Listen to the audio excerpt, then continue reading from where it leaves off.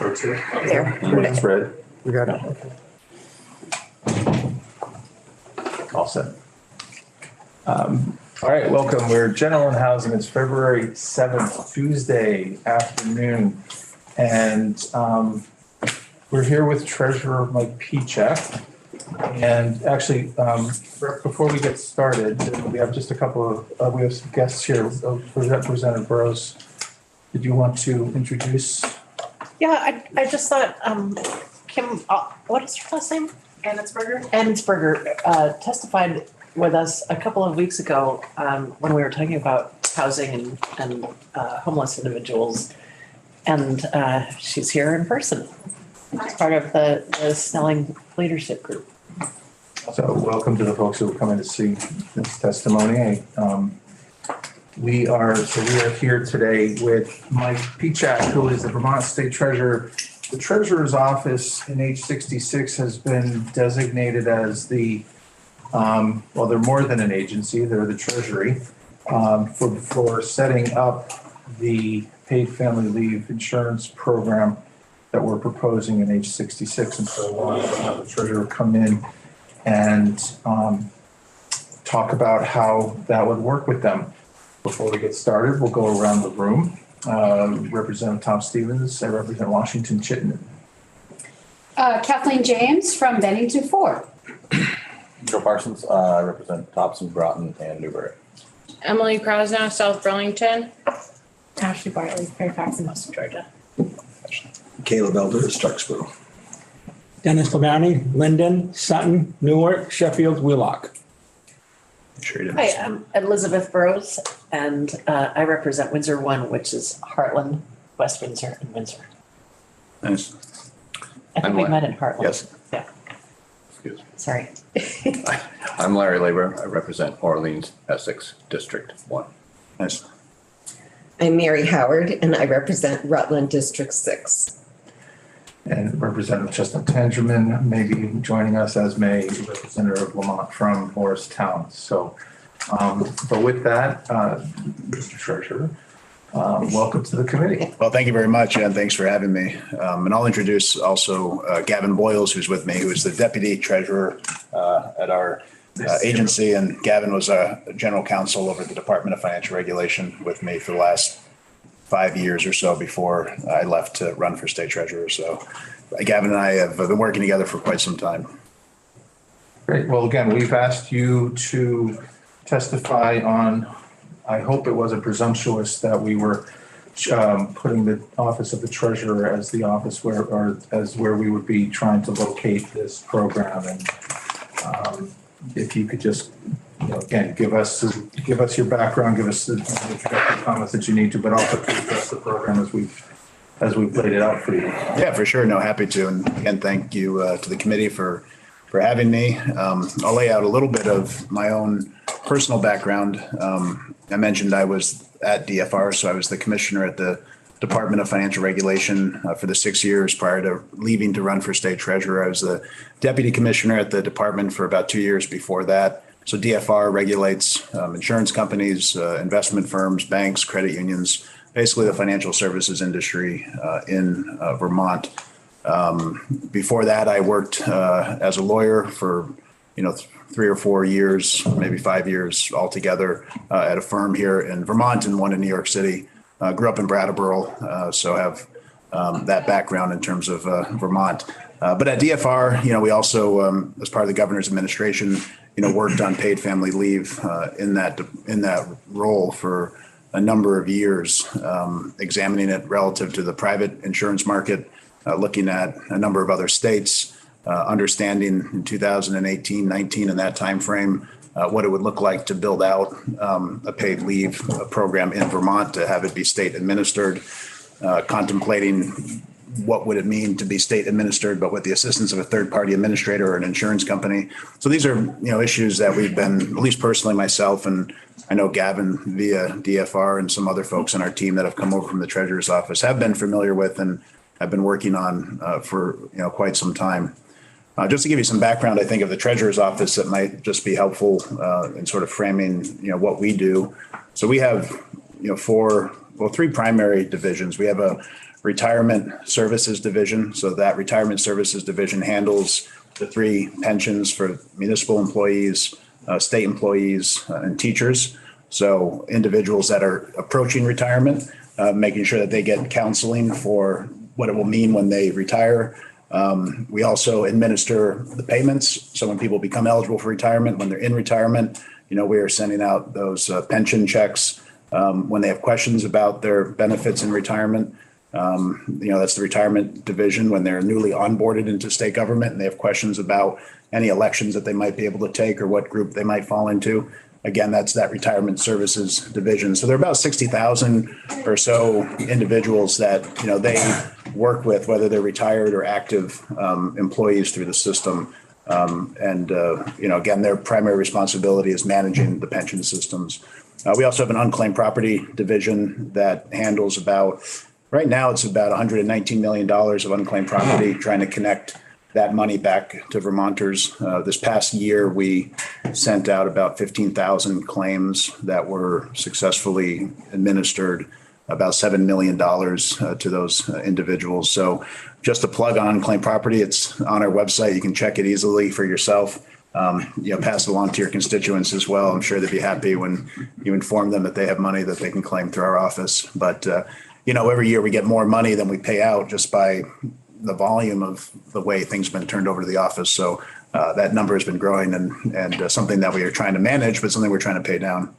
Then there's the Treasury Operations Division that's really handling the state's cash on hand, investing that. Right now, the state has $2 billion or so cash on hand that we're making pretty good interest rate return on, and we're making sure that we're managing that and investing that effectively for Vermont and for taxpayers.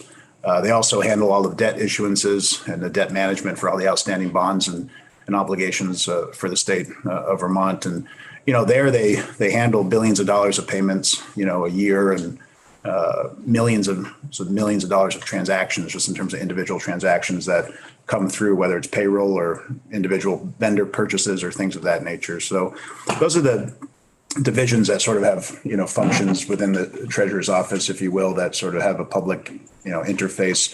We also have our own IT system, our IT department. We're not part of ADS, so we have a small IT team. And then we have a leadership team, made up of myself, Gavin, our deputy, general counsel, director of policy, executive assistant. So that's sort of who we are and what we do. Just to give you some background of that. So as Representative Stevens mentioned, being included in Age 66, we, set out doing some due diligence as to what would this look like relative to the treasurer's office to establish a program, like the one laid out in the legislation. We have more due diligence to do, no doubt. We want to connect with other states that have recently implemented paid leave, DC, Massachusetts, Colorado, even Maryland, who's in the early stages, but they're all states that have recently gone through this process and thought through what does it mean in terms of different state agencies that are involved in administering the program, IT costs and IT vendors, and the availability of being able to use those same vendors for other states, how many individual employees they hired, what the structure of their program was. All of those things are relevant to us. We also determined that at least 2 states out of the about 11 or so that have implemented paid leave do have paid leave that is a program that is separate from any other state agency. So it's an independent state agency that administers paid leave. Of the others, most of them have the paid leave as a subdivision of a broader agency. So in doing that due diligence, there was nothing that, struck me as particularly important for the paid leave program to be necessarily in one agency over the other. They all seem to have some independent ability to function, and they had to sort of stand on their own 2 feet, if you will. And that's how we thought about it in the treasurer's office, is that it would be an independent division that wouldn't impede the work of the other 3 divisions that I mentioned: the unclaimed property, the retirement, the treasury operations. It would certainly have an impact on the leadership team at the treasurer's office in terms of implementation and what that team would be required to do. But the intent would not to have it disrupt the other 3 divisions. And I think that is a workable, I think that's a workable framework, if you will.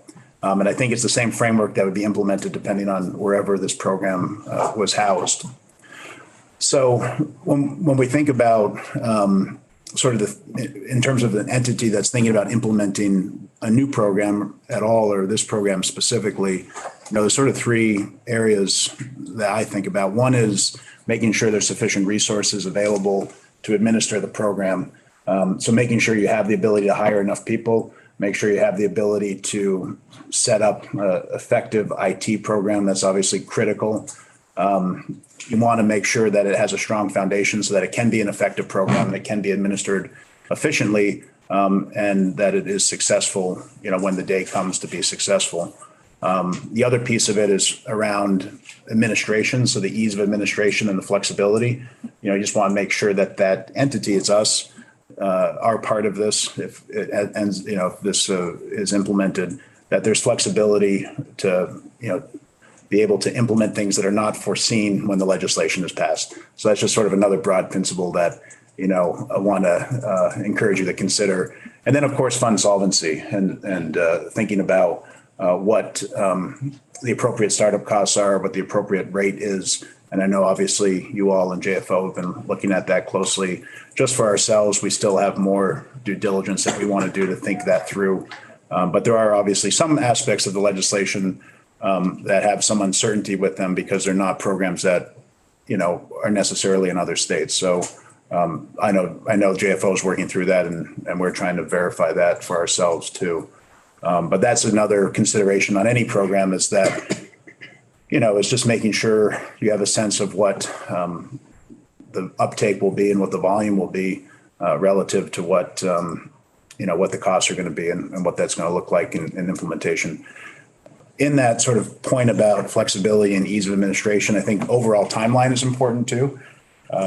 In this bill, 2 years until taxes are collected and then another 15 months until benefits are being paid, does not strike me as a concern in terms of the timeline. It seems to be a sufficient number of years really to be able to establish the necessary IT and establish the necessary framework for hiring individuals and then the rules and the regulations that will go along with that as well. I think Representative Stevens, maybe I'll stop there unless there are other, I'm happy, obviously, unless there are other specific things you'd like me to touch on before you open it to questions. Well, I know, I think it's up to what your presentation is. If you're at a stopping place, if there's any questions for the treasurer. So what we gathered when we talked to JFO was on the cost of creating the system. Of course, not everybody, but perhaps most of us are concerned at some level of is like, what will it cost to put it forward? And I understand that we put $20 million in. Everybody who's seen that number has said that's a placeholder. But if this were to pass and your office was to start setting this up, what kind of process would you go through in order to get, knowing that you had X amount of dollars to start up the program? What kind of research or due diligence would you go into in terms of creating that system within that budget? Yeah, for sure. So I think the most important thing, there's really two sort of fast track priorities I think that you'd want to have. One would be around the leadership team in terms of personnel. So the director of paid family leave, there potentially could be some other leadership-like roles, maybe 2 or 3 that you would want to have established at the forefront, because those individuals are going to play an important role in then figuring out what's the IT solution that's going to work for this program. So I think those are sort of the 2 immediate priorities. Obviously, you'd have to hire a lot more people to administer the program over time, but that benefit's not set to start till October 2026. So the hiring for those, full slate and full complement of individuals that you would need to run the program, would start maybe 18 months or 2 years, after that initial period. But the IT is going to be obviously the most critical because you're going to have to identify a vendor. You're going to have to then work with that vendor to set the program up, do considerable amount of stress testing and other sort of testing, which could easily take, a couple of years to make sure that you're very comfortable with it. So I think that would obviously be the initial priority. And then as the legislation is drafted, of course, there's a number of details that would have to be fleshed out through rulemaking and regulation and the like. And I think that's why you also want to have that leadership team in place so that they can start thinking about, what are the areas of regulation and rulemaking that need to be conducted. And that sometimes can be a process that's, can become somewhat lengthy. So you want to obviously have a timeline for that, but certainly within the context of more than 3 years, that would be sufficient amount of time. So I think that's the process that, that you'd undertake. You'd make sure you prioritize sort of that select set of leadership hiring right to the IT and the vendor management and the vendor selection, and then thinking about rulemaking and prioritizing rulemaking and eventually prioritizing hiring out the rest of the framework to operate the program. Representative James. Yeah, thanks for being here, Treasurer Pichak. I hope you had a joyful and successful unclaimed property day. Yes. Yes. It's only successful if you have We all unclaimed. celebrated with you on social media. I wondered if you could talk a little bit more about sort of best practices or how we ensure that the rate is set properly every year or recommended properly every year so that we can ensure that the fund always remains solvent. Yeah. So it's a good question. So I think, I think there's a pre-period, right, where there's uncertainty. Pre meaning the program's not established yet. Once it's established and running and you have a sense of what can you expect for claim volume on safe leave and what can you expect for claim volume on bereavement and what can you expect claim volume on all the 3 different family leave categories, then I think you can start to get some, sufficient number of data points to make reasonable estimations for what future years and payments will be. But now, there's a period of uncertainty, some uncertainty, right? Because you don't have a track record of data for Vermont. You can look to other states and understand sort of what their claim volume was and try to compare the benefit structure and the types of claims, the types of leave rather that's available in those other states and how it compares to here, and then get some estimation around that. But certainly there's a connection between the uncertainty of the claim volume and sort of the benefit structure as well. So something to think about. But so I think to answer your question specifically, you'd want to overestimate and be conservative on the front end, so that when you have more certainty and can have that data to get a much more precise number of when the program is operational, that would provide you enough cushion to be able to do that successfully. I think as I read the legislation, there's a 15-month build-up period. And then when the fund is operating, there's sort of an expectation that there'll be a 9-month reserve. So it kind of has that structure right now. If you think of that 6-month difference, as being potentially an amount that, could either be paid out in benefits that is, more expensive than anticipated with the payroll rate, or if the administration is more expensive than anticipated. So I think there is an amount of buffer there, and that's what you'd want to see in a program to account for that uncertainty. So the role of the reserve would be to help out if there's, a baby boom or, another pandemic or something. Yeah, I think there's 2 reasons. I think one is the reserve is the uncertainty around, until you have an established program, that uncertainty around what will the claims be and what will they look like. And then more substantively or fundamentally, like if things do change and behavior changes unexpectedly, even if economic data changes unexpectedly, that there would be, the ability to have, those reserves to make it through those hard times. Same thing as, other programs like that will have reserve funds. Certainly insurance companies, obviously, we require them to have reserves so that they can account for both unforeseen economic downturns and unforeseen, claims from whatever, might cause those. And the UI, we took testimony on the UI fund, which is, we try to keep that at, well, we're building it up from its peak before the pandemic, but there's always that goal to have that much money in the bank, as it were. Representative. Yeah, exactly. Thank you. True, you were talking about, being a little conservative when you start that upfront cost, because there really are quite a few unknowns actually, like the 20 million being just a placeholder.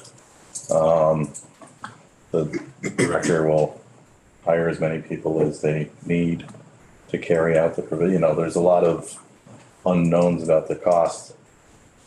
80 million was the number from Washington. Looking at other states doing this, have you come up with kind of a piecemeal of what it has been costing other states? 80 million for the IT, you're saying? Yeah, sorry. Yeah, so, Washington's one example. The Washington DC is another that was, I believe, around 40 million. I might have that number within 5 million wrong, but it was in that ballpark. DC, I don't know about Washington. I want to find this out. DC implemented IT solution, not just for the benefit administration, but also for the tax collection. So it was a broader IT project, I think, than the benefit administration. Although you certainly want to talk to the tax department about the impact on them here in Vermont. So I think that all fits into the category of, continued due diligence that we want to do with other states. I mean, we'd like to talk to every state that has paid family leave set up, but we certainly plan to talk to as many as we can to get a sense of, what they attributed their startup IT costs to be relative to benefit administration. And then also, it's a judgment call for all of us, but to what extent have they identified or have vendors become apparent that are sort of the go-to vendors that could be used, for a similar project in any other state, including Vermont? And I think there'd be some efficiencies if those vendors have been identified. Secondly, for the UI program, is anyone in that capable of receiving the benefit without paying in, or have their employer pay in on their behalf? I'm just seeing we're billing it as an insurance program, but I'm not really aware of any insurance programs that you're allowed to collect a benefit without you or somebody else paying on your behalf. So I think, are you saying, like, if you're employed for a limited period of time and you go on paid family leave? No, in this bill, just the iteration right now, anybody under 25,000 doesn't have to pay. Oh, I'm sorry. No, I understand what you're saying. So, well, in the private sector, in the private insurance marketplace, it does not work in that way. The insurance companies set the premium, relative to the risk profile. Now, there are examples of government, particularly in health insurance, coming in and subsidizing the cost of premiums so that individuals that are lower income pay zero for their health insurance premium. That's probably the most direct example. I'm trying to think of other examples in commercial insurance, but that's one, certainly. the healthcare, Yeah. would that be the government? Yeah, through federal subsidies. So it'd be the government pitching in the money and not the other people in the policy. Yeah, maybe to taxpayers, but yeah, exactly.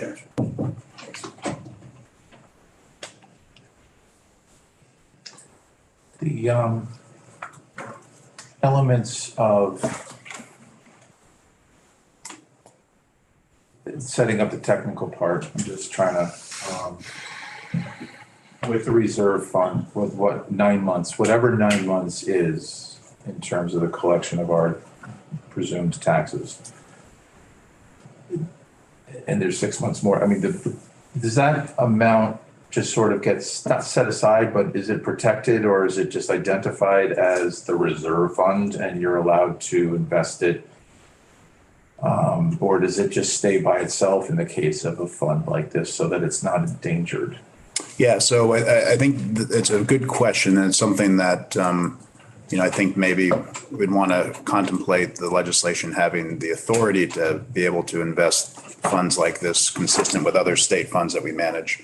So it's not to suggest that they'll be invested in, as investments relative to, a bank account or a treasury bond or something, but at least provides the flexibility If you're in the private insurance marketplace, their reserves are invested and, besides the premium that's paid in, their investment gain that they get through their portfolio is another important piece that meets their obligation to claimants in the future. So the return on that investment is an important component in the commercial, side. So there very well may be a reason once the program is established and you kind of have a stability to it and what a given year is in terms of claims, and that reserve fund is pretty stable, that you may want to invest that in a way that gets you returns beyond just simple interest. So I do think it's something that you want to have some flexibility to be able to do if you're the administrator of that fund. You'd have to be able to cash it out as well. I mean, Yeah. in an emergency. Right. So that's why you wouldn't, obviously, if it were, you wouldn't invest all 80% of it so that if you needed any of it, you'd have to liquidate to pay a claim. Maybe you invest 20% of it in a mixed portfolio, and maybe there's 50% that stays in sort of cash or cash equivalents, so that there's a stabilized barrier there. I think again, once a program is established and stable, I think there's an opportunity to earn money on those funds. Questions about, two questions I think about, there's a proposal put forth by the administration. There are negotiations of the private insurance company to provide a form of this benefit moving forward the next couple of years. We discussed, or we asked some folks last week about, well, is there anyone out there in the private insurance world that we could consult to say, how much would this cost? Because we're going to be asked, not only does the bill say if there's a private, if a company wants to use a private, or an employer wants to use a private insurance company, they just have to show that in the opinion of DFR, this is an equivalent program. It doesn't have to be the same number of days or whatever it is, but there's an equivalency. But what we don't have easy access to, obviously, because there's a private contract negotiation going on, is how do we even think of comparing this program with how much it would cost in the marketplace? Is there an answer? Is there any kind of answer for that? I'm not thinking that there's a calculator online that we could plug this into and come up with a cost. Well, I think, if I remember back when we were thinking of this issue a number of years ago, I mean, you'd have to have an actuary, look at sort of the actuarial value of this plan as constructed, and then, you'd come up with a base number and then compare that to private plans. So you try to compare apples to apples. So they obviously will have very different benefit configurations and different triggering events potentially, but you basically try to, on an actuarial basis, equate them as much as you can, on their underlying value. And I think that's, I think that would be the exercise DFR would have to, engage in to try to, understand the equivalency, because it won't be on the specifics. They won't be identical, but they might be equivalent. Right. And I think for our purposes, before anything even goes into effect, to try to have an understanding, offline, I've been asked, how does it compare? And I can compare weeks versus, but not costs based on a voluntary program versus a mandatory program like this. And so the cost of administration. Well, the cost to the employer and employee. Right. Right now, JFO's number is 0.55% on the income tax. So on the voluntary, certainly it comes down to participation, like how many people are participating in the plan. The more that participate, that number changes. The less that participate, it becomes more expensive for the people that are in the plan. Right. They would have to develop a plan. I'm guessing, no, I'm sorry. Would they have to develop a plan so that there's the Vermont private insurance plan as opposed to tagging it into another state where they may do the same thing? Yeah, it would likely have to be Vermont based. or you'd have to find another state be willing to work with you. And there are a lot of complications that come. Compact. Yeah, it becomes a lot in almost every situation where you work with another state, one state's probably maybe more likely be benefited than the other. So it makes those conversations hard. Yeah. Another instance of questions based on your experience with DFR. As the administration goes forward with their plan, they will have signed a contract with an insurance company to provide the program. If this bill or any bill like it passes, what happens to that existing contract when this becomes the law of the land, if you will? And if it's determined, well, people could be grandfathered. I hate that phrase. I'm sorry to use it, but just that people could be who have signed up previously would be allowed in the program. But based on what we know, the state program may not qualify as good from a benefit perspective as what's in the state. So what is the process for either ending a contract or I mean, I think there's probably, if you're a private employer, if you weren't the state of Vermont, I mean, you would, it probably some ways applies to the state too, but you'd try to get a richer, contract with the insurance provider so that it does become equivalent. So, I mean, that's one route that you would go. Or whatever the term, if you haven't obviously entered into the insurance arrangement, you would just, not execute or find another company. I think for the state of Vermont, it would all come down to what the contract terms are of the contract and what what cancellation clauses there are or how that would work. So I don't know if those details have been finalized yet. but much like we give notice, Right. where even within this bill, we say, Potentially, yeah. Right. it's not talked about in the bill at all. I don't know if that was something that we needed to focus on, or if it's just something that sounds like it depends. Right. I think that's right. Further questions for the treasurer?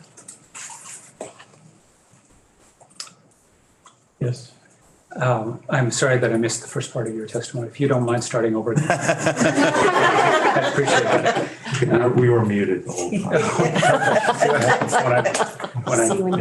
It all fell apart. Now, my question is, Treasury runs its own IT system, is that correct? So do you collaborate with ADS or consult, or is it just completely siloed? So the IT team at the treasurer's office are 3 individuals, and they work for the treasurer's office. They're not part of ADS. We do run on the state's email and the state's SharePoint, those sort of Microsoft products. So we do interact with ADS on that. And then if we were to do contracting or hiring, we work within the those sort of frameworks that have been established by ADS or AOE. So so I think they're almost by definition, there's a collaborative relationship, but they are, independent employees to the treasurer's office. Okay. And in terms, I know one of the pitfalls of the days when each agency did their own IT was that the networks didn't necessarily talk to each other. And I'm just assuming that you guys are all over that now with, integrating with labor and just, other state systems. Yeah, I mean, I think that's I think it depends on what the program is, right? If there are multiple state agencies, and obviously that's a primary motivation in terms of any IT project is their primary, goal, I should say, is to make sure that they all work together effectively or that it's the same program. So, we don't have occasion to interface with, our core programs don't have an occasion to interface with a lot of other state agencies. So we don't need that capability. But if that were something that was important, then that obviously has to be a top priority. And to your point, though, I think hopefully the the era of, working in silos and not having cross functionality is a thing of the past. Hope so, yeah. Thank you.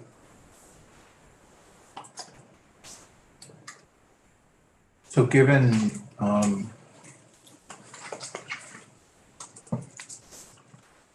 given the way our process works, I'm sure everybody's heard testimony in several different committees across the building. And I'm assuming or presuming that as we develop each level, I mean, again, what we pass out, if we pass this bill out of committee, is sure to be slightly different than perhaps what passes out of a committee in the Senate. There may be minor changes, but there are going to be changes along the way. Does that give your office, as long as the treasurer is being mentioned as the place where we're housing this, does that allow you to continue to do due diligence now before the bill passes? To kind of sharpen up the, to find out what Yeah. we're talking about? Yeah, absolutely. And I think that work is beneficial, regardless, if it ends up that there's another home for it that makes more sense, the work that we're doing, I think is beneficial to that, whatever the outcome is. So that's the focus that we have when we're doing our work. So yeah, we will continue to do that due diligence. We want to run to ground a number of these questions just to make sure both that there are issues that we can identify in the legislative process so that, those are fixed before it proceeds too far. Or if there are benefits or detriments to having it, operate in a certain way or operate by a certain entity, that we surface those as well. But, so far, like I said, the other states that we've examined and have worked through, their paid family leave division or program, tends to be an independent department or subsidiary or completely independent agency that sort of stands on its own, that has to stand on its own relative to its personnel and relative to its IT systems. Right, but it becomes an insurance, not agency, but it becomes an insurance fund, just as if it were a privately run organization. Okay. Further questions for the treasurer?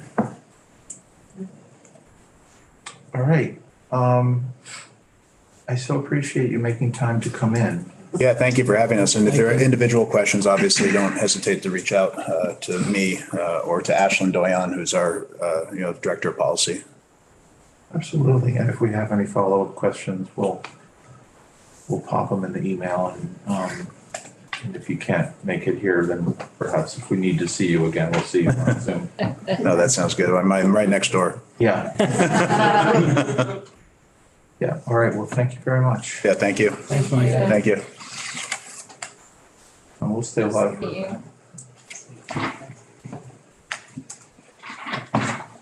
Oh, thanks, Gabby. I would have forgotten. All right. Before we go off live, just a quick review. At 2:15, we have 3 attorneys joining us. Sounds like a mystery of some sort. Abby Shepherd, Damian Leonard, and Michelle Childs. We have not yet met Abby or Michelle, and they will be here. Either one of those deals with topics that are not. Their portfolio is more specific than Damian's when it comes to the tax policy and the judicial policy that we had questions about while Damian was doing the walkthrough. All right, let's go ahead and take a break till 2:15. Make sure it's not a legislative half hour. Shoot to come back at 2:10 and then you'll be